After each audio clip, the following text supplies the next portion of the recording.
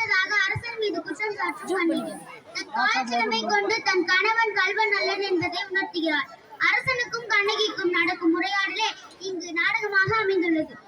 வாயில்காப்பை. அரசே அரசே, நம் அரண்மனை வாயில் முன் அழுத கண்களோடும் தலைவிரி கோலத்துடனும் ஒரு பெண் வந்து நிற்கிறார். பாண்டிய மன்னர். அப்படியா?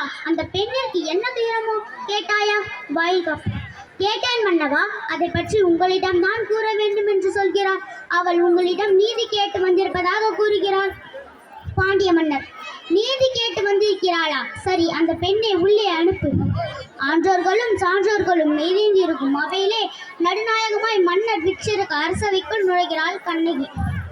பாண்டிய மன்னர். இளங்கொடி போன்ற பெண்ணே, அழுத கண்களுடன் எம்மை காண வந்த காரணம் என்ன? நீ யார்? உனக்கு என்ன வேண்டும்? கண்ணகி. ஆராயதும் நீதி வழங்கிய மன்னனே, என்னை யார் என்றா கேட்கிறாய்? சொல்கிறேன் கேள். உலகம்